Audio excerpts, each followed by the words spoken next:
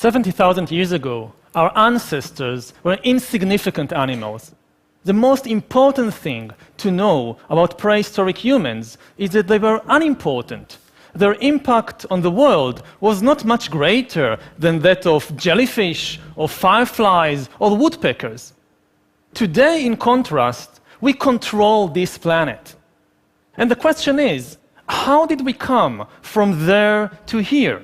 How did we turn ourselves from insignificant apes minding their own business in a corner of Africa into the rulers of planet Earth? Usually, we look for the difference between us and all the other animals on the individual level. We want to believe, I want to believe, that there is something special about me, about my body, about my brain, that makes me so superior to a dog or a pig or a chimpanzee. But the truth is that on the individual level, I'm embarrassingly similar to a chimpanzee. And if you take me and a chimpanzee and put us together on some lonely island and we had to struggle for survival to see who survives better, I would definitely place my bets on the chimpanzee, not on myself. And this is not something wrong with me personally. I guess if they took almost any one of you and placed you alone with a chimpanzee on some island, the chimpanzee would do much better. The real difference between humans and all other animals is not on the individual level, it's on the collective level. Humans control the planet because they are the only animals that can cooperate both flexibly and in very large numbers. Now, there are other animals, like the social insects, the bees, the ants, that can cooperate in large numbers, but they don't do so flexibly. Their cooperation is very rigid. There is basically just one way in which a beehive can function. And if there is a new opportunity or a new danger, the bees cannot reinvent their social system overnight. They cannot, for example, execute the queen and establish a republic of bees or a communist dictatorship of worker bees. Other animals, like the social mammals, the wolves, the elephants, the dolphins, the chimpanzees, they can cooperate much more flexibly. But they do so only in small numbers, because cooperation among chimpanzees is based on intimate knowledge, one of the other. If I'm a chimpanzee and you're a chimpanzee and I want to cooperate with you, I need to know you personally. What kind of chimpanzee are you? Are you a nice chimpanzee? Are you an evil chimpanzee? Are you trustworthy? If I don't know you, how can I cooperate with you? The only animals that can combine the two abilities together and cooperate both flexibly and still do so in very large numbers is us, Homo sapiens. 1 versus 1, or even 10 versus 10, chimpanzees might be better than us. But if you pit 1,000 humans against 1,000 chimpanzees, the humans will win easily, for the simple reason that 1,000 chimpanzees cannot cooperate at all. And if you now try to cram 100,000 chimpanzees into Oxford Street, or into Wembley Stadium, or Tiananmen Square, or the Vatican, you will get chaos, complete chaos. Just imagine Wembley Stadium with 100,000 chimpanzees. Complete madness. In contrast, humans normally gather there in tens of thousands, and what we get is not chaos, usually. What we get is extremely sophisticated and effective networks of cooperation. All the huge achievements of humankind throughout history, whether it's building the pyramids or flying to the moon, have been based not on individual abilities, but on this ability to cooperate flexibly in large numbers. Think even about this very talk that I'm giving now. I'm standing here in front of an audience of about 300 or 400 people. Most of you are complete strangers to me. Similarly, I don't really know the people, all the people, who have organized and worked on this event. I don't know the pilot and the crew members of the plane that brought me over here yesterday to London.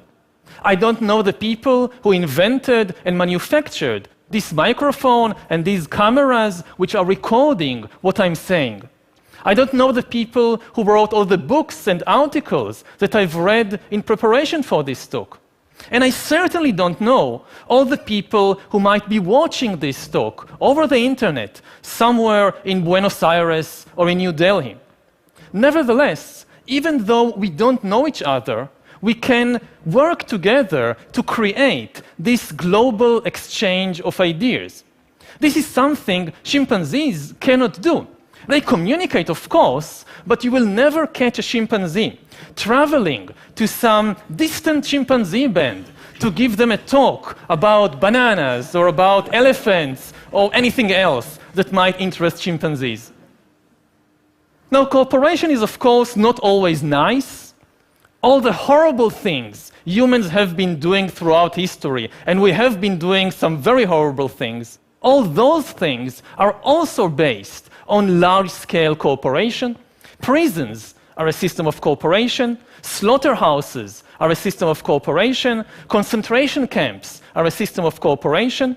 Chimpanzees don't have slaughterhouses and prisons and concentration camps.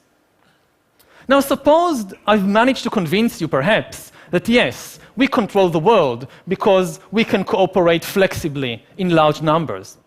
The next question that immediately arises in the mind of inquisitive listener is how exactly do we do it? What enables us, alone of all the animals, to cooperate in such a way? The answer is our imagination. We can cooperate flexibly with countless numbers of strangers because we alone, of all the animals on the planet, can create and believe fictions, fictional stories. And as long as everybody believes in the same fiction, everybody obeys and follows the same rules, the same norms, the same values. All other animals use their communication system only to describe reality. A chimpanzee may say, look, there is a lion, let's run away. Or look, there is a banana tree over there, let's go and get bananas. Humans, in contrast, use their language not merely to describe reality, but also to create new realities, fictional realities. A human can say, look, there is a God above the clouds, and if you don't do what I tell you to do, after you die, God will punish you and send you to hell. And if you all believe these stories that I have invented, then you will follow the same norms and laws and values, and you can cooperate. This is something only humans can do. You can never convince a chimpanzee to give you a banana by promising him that after you die, you'll go to chimpanzee heaven, and you'll receive lots and lots of bananas for your good deeds. So now give me this banana. No chimpanzee will ever believe such a story. Only humans believe such stories, which is why we control the world, whereas the chimpanzees are locked up in zoos and research laboratories.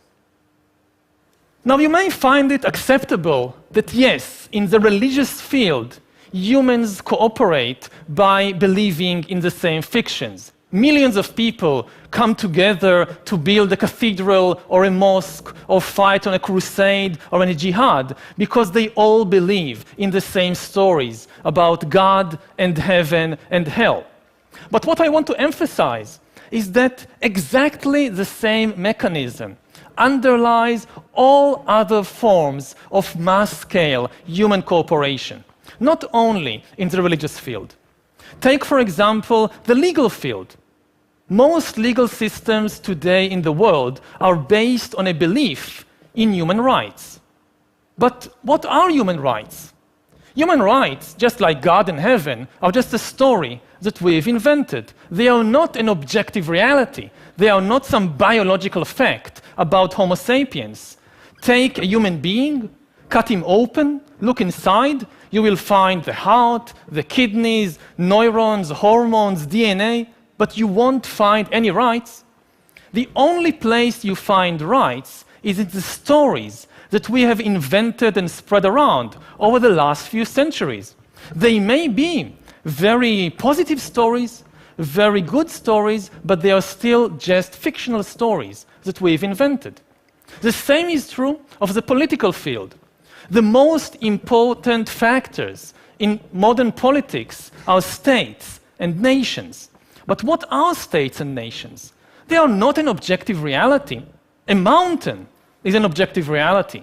You can see it, you can touch it, you can even smell it. But a nation or a state like Israel or Iran or France or Germany, this is just a story that we've invented and became extremely attached to. The same is true of the economic field. The most important actors today in the global economy are companies and corporations. Many of you perhaps work for a corporation like Google or Toyota or McDonald's. What exactly are these things? They are what lawyers call legal fictions. They are stories invented and maintained by the powerful wizards we call lawyers. And what do corporations do all day? Mostly, they try to make money. Yet what is money? Again, money is not an objective reality. It has no objective value. Take this green piece of paper, the dollar bill, look at it. It has no value. You cannot eat it, you cannot drink it, you cannot wear it. But then come along these master storytellers, the big bankers, the finance ministers, the prime ministers, and they tell us a very convincing story. Look, you see this green piece of paper? It is actually worth 10 bananas. And if I believe it, and you believe it, and everybody believes it, it actually works. I can take this worthless piece of paper, go to the supermarket, give it to a complete stranger whom I've never met before, and get in exchange real bananas, which I can actually eat. This is something amazing. You can never do it with chimpanzees. Chimpanzees trade, of course. Yes, you give me a coconut, I'll give you a banana. That can work. But you give me a worthless piece of paper, and you expect me to give you a banana? No way. What do you think I am, a human? Money, in fact, is the most successful story ever invented and told by humans, because it is the only story everybody believes. Not everybody believes in God. Not everybody believes in human rights.